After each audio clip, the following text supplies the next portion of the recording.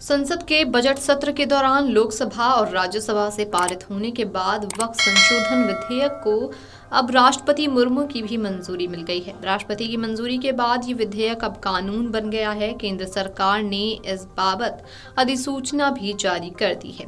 संसद के दोनों सदनों में मैराथन चर्चा के बाद unified Waqf management empowerment efficiency and development विधेयक 2025 राष्ट्रपति की मंजूरी के बाद कानून बन गया।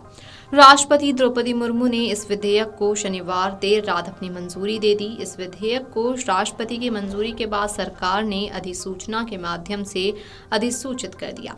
इस विधेयक को लोकसभा ने 3 अप्रैल और राज्यसभा ने 4 अप्रैल को पारित किया था। उधर all India Muslim personal law board ने इसका विरोध किया है। AIMPLB ने कहा कि वे सभी धार्मिक समुदाय आधारित और सामाजिक संगठनों के साथ समन्वय कर वक्फ संशोधन अधिनियम के खिलाफ एक राष्ट्रव्यापी आंदोलन का नेतृत्व करेंगे। AIMPLB का कहना है कि उनका ये आंदोलन तब तक जारी रहेगा जब तक कि कानून पूरी तरह से निरस्त नहीं हो जाता। All India Muslim personal law board ने कहा कि कुछ दलों द्वारा भाजपा के सांप्रदायिक एजेंडे को दिए गए समर्थन ने उनके तथाकथित धर्मनिरपेक्ष मुखौटे को पूरी तरह से उजागर कर दिया है। एक बयान में AIMPLB ने इस बात पर जोर दिया कि सभी धार्मिक समुदाय आधारित और सामाजिक संगठनों के साथ समन्वय करके इन संशोधनों के खिलाफ एक राष्ट्रव्यापी आंदोलन का नेतृत्व करेगा और यह अभियान तब तक जारी रहेगा जब तक कि संशोधन पूरी तरह से निरस्त नहीं हो जाते। बोर्ड ने मुस्लिम समुदाय को आश्वस्त किया कि उन्हें हताश या निराश होने की कोई आवश्यकता नहीं है। AIMPLB ने कहा कि नेतृत्व इस मामले में किसी भी बलिदान से पीछे नहीं हटेगा और देश में न्याय चाहने वाली सभी ताकतों के साथ मिलकर इसके खिलाफ संवैधानिक ढांचे के भीतर एक मजबूत आंदोलन शुरू करेगा। बिल पेश करने के दौरान सत्ता पक्ष और विपक्ष के सदस्यों में विधेयक पर जमकर बहस हुई थी। विपक्ष की ओर से मल्लिकार्जुन खड़गे, रामगोपाल यादव, कपिल सिब्बल समेत दिग्गज नेताओं ने विधेयक का विरोध किया, जबकि सत्ता पक्ष की ओर से किरण रिजिजू के अलावा JP नड्डा, राधा मोहन अग्रवाल, उपेंद्र कुशवाहा आदि ने मोर्चा संभाला। साथ ही आपको बता दें कि वक्फ संशोधन विधेयक के पारित होने के बाद राहुल गांधी ने सरकार पर हमला बोला है। इसे मुसलमानों पर हमला बताते हुए भविष्य में अन्य समुदाय को निशाना बनाने की आशंका बताई है।